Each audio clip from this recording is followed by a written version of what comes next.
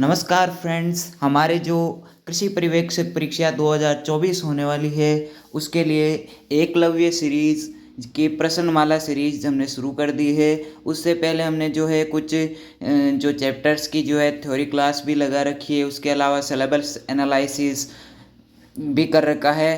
तो आज से ही जो आपके जो है एकलव्य सीरीज की जो कृषि पर्यवेक्षक परीक्षा 2024 होने वाली उसके लिए क्वेश्चन आंसर जो है सीरीज शुरू हो गई है।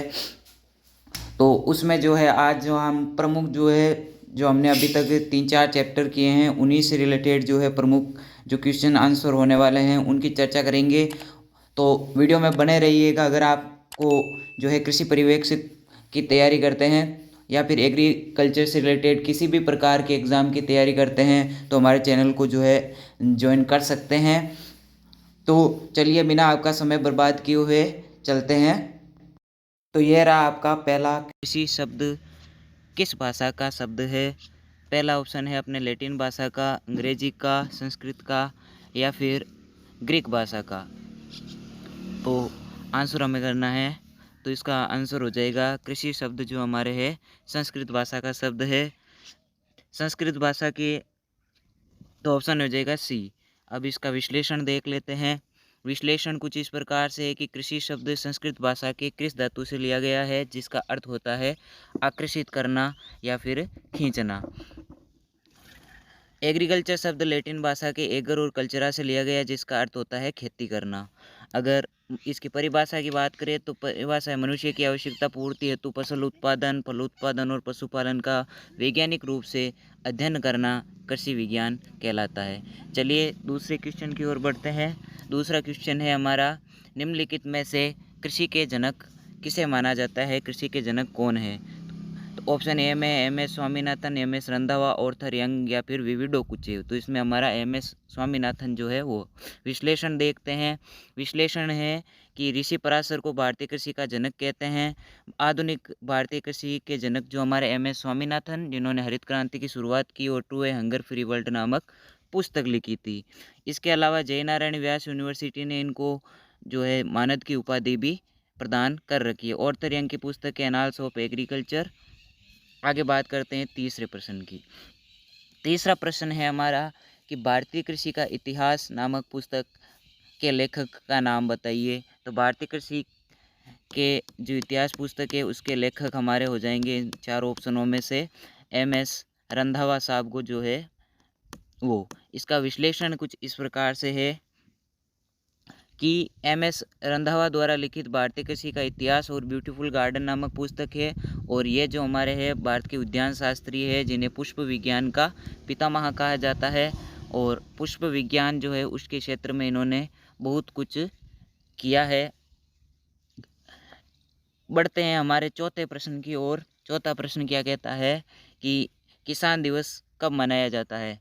किसान दिवस ए में है अपना 11 जून, फिर है 3 दिसंबर, फिर है 5 दिसंबर और चौथा जो ऑप्शन है हमारा 23 दिसंबर। तो किसान दिवस कब मनाया जाता है। तो किसान दिवस मनाया जाता है 23 दिसंबर को जो है किसान दिवस मनाया जाता है। 23 दिसंबर जो है वो 11 जून को योग दिवस मनाते हैं।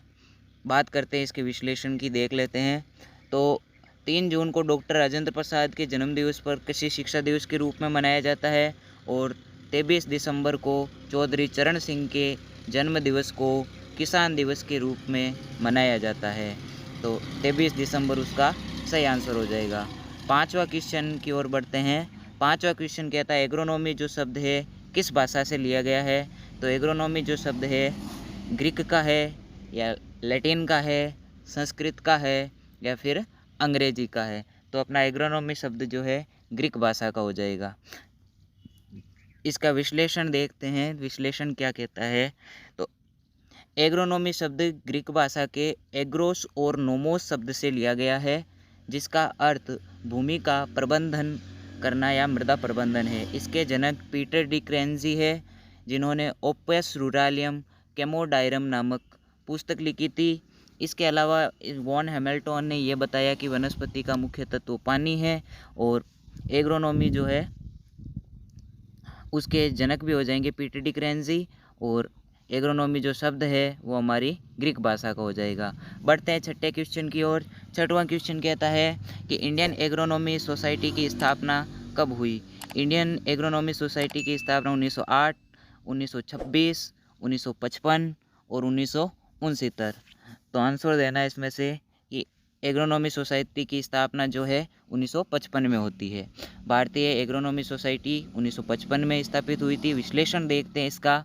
तो विश्लेषण कहता है कि सन 1900 में एग्रोनॉमी सब्जेक्ट अलग हुआ और 1908 में अमेरिकन एग्रोनॉमी सोसाइटी की स्थापना हुई और 1955 में भारतीय एग्रोनॉमी सोसाइटी की स्थापना होती है।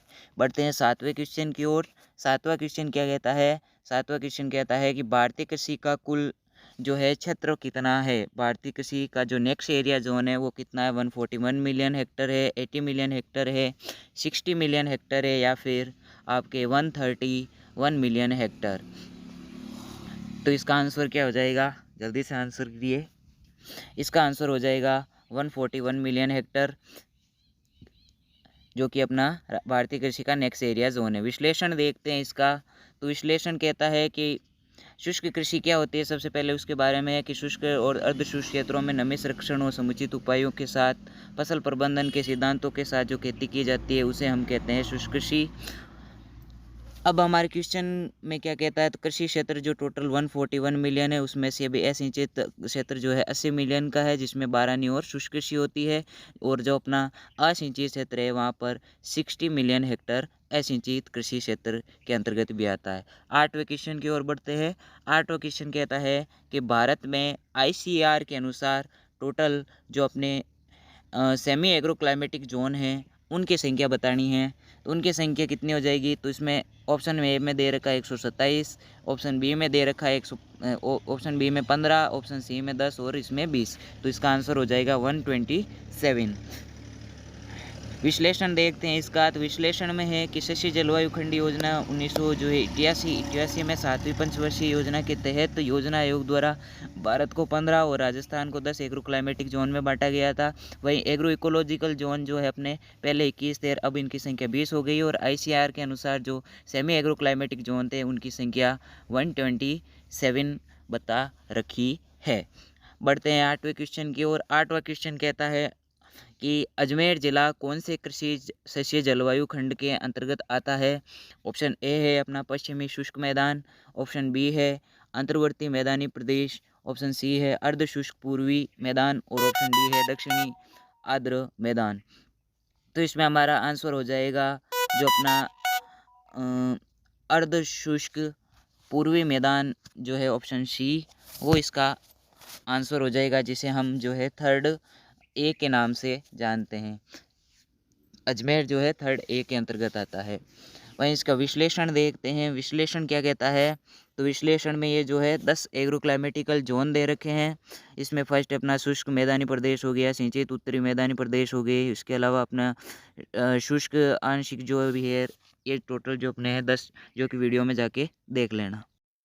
तो ये हमारे 8 क्वेश्चंस थे। अगर आपको वीडियो पसंद आया है तो लाइक कीजिए, कमेंट कीजिए, शेयर कीजिए और सब्सक्राइब कीजिए। अगले वीडियो में मिलें।